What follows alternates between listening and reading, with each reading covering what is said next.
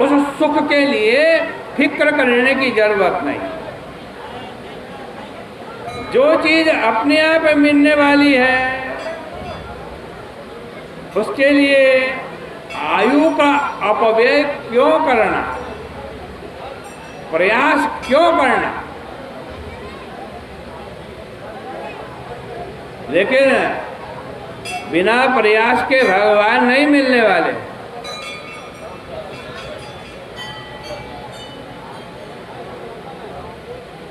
वे किसी कर्म के फल नहीं है।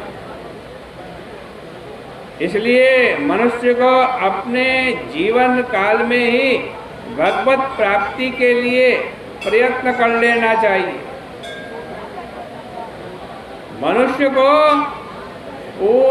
की जो है पूरी आयु 100 वर्ष की है। 100 वर्ष मानते हैं मनुष्य की आयु।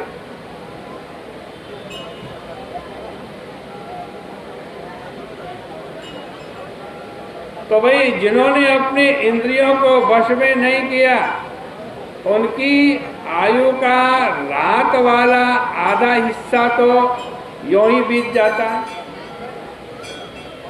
क्योंकि वे रात में तमोगुण में ग्रस्त होकर के सोते रहते हैं। 20 वर्ष बचपन जवानी में खेलते खाते बीत जाते हैं, 20 वर्ष बुढ़ापे में बीत जाते हैं, और शेष में ऐसी आपत्ति आती है कि मनुष्य वहां से बाहर नहीं निकल सकता। जब एक बार मनुष्य स्नेह के फंदे में फंस जाता है तो निकलना कठिन हो जाता है। देखो, हमने ऐसे लोगों को देखा है जिनके बाल बच्चे नहीं हैं, लेकिन गोद ले लिया, किसी को गोद ले लिया। जिस बच्चे को गोद लिया उस बच्चे से बड़ी आसक्ति हो गई।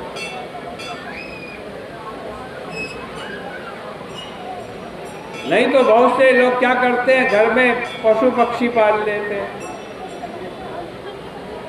उन पशु पक्षियों में आसक्ति हो जाती है। उनका पाला हुआ तोता जब कभी बीमार पड़ जाता है तो उसके लिए वैसे ही डॉक्टर आते हैं, वैसी ही फिक्र होती है, वैसा ही खर्च होता है जैसा उनके अपने अस्वस्थ होने पर होता है।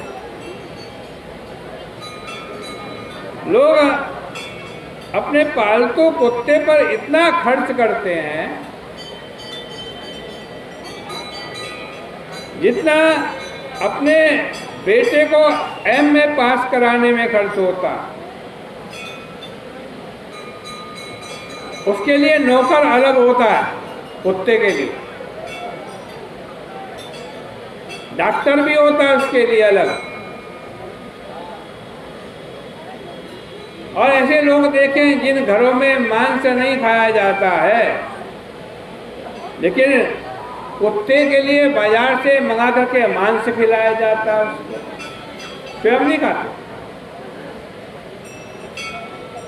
उससे इतना प्रेम होता है कि गोद में लेकर उसको सोते हैं, गाड़ी में साथ बैठा करके ले जाते हैं। एक और तो ईश्वर ने उन पर कृपा की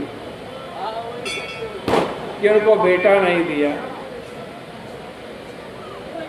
जिससे कि वो सब प्रकार के मोह से छूट जाए, भगवान से प्रेम करें। लेकिन उनको कुत्तों और बिल्लियों से प्रेम हो जाता है। अतः सावधान रहना चाहिए कि कहीं स्नेह का फंदा फंसा ना ले। देखो, जैसे रेशम का कीड़ा क्या बनाता है, रेशम बनाता है। और उसी के जाल में कैद हो जाता है। खुद बनाया जाल रेशम के कीड़े ने और खुद ही उस जाल में क्या हो गया, कैद हो गया। वैसे ही हम भी करते हैं, हम अपने लिए खुद जाल बनाते हैं, कोई दूसरा नहीं बनाता। केवल अपने जननेंद्रिय और रसनेंद्रिय की तृप्ति में लग जाते हैं। उनके मन में ऐसा मोह हो जाता है जिसका कोई अंत नहीं।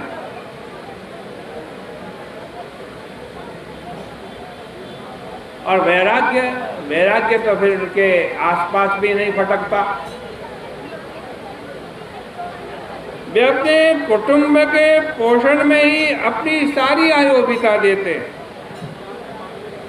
ऐसे लोग कहते हैं कि हमारी कमाई हमने ही खाई तो क्या हुआ, अरे हम भले ही भूखे हैं लेकिन इतना कमाएं कि हमारे बाद की 8-10 पीढ़ियाँ खाती पीती रहें।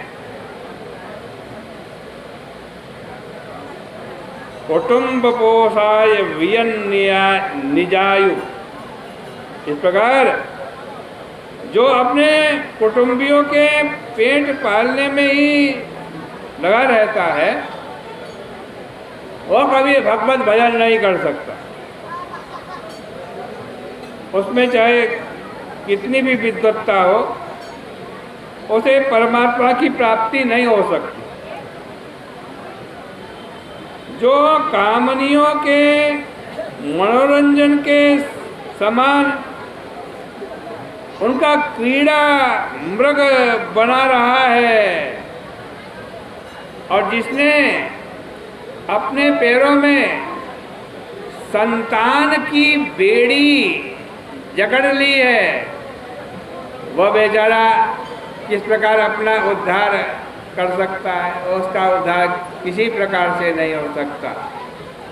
इसलिए विषयी लोगों का संग छोड़कर नारायण की आराधना करो, प्रहलाद जी कह रहे हैं दैत्य बालकों को। बड़ा सुंदर प्रसंग है, लेकिन अब समय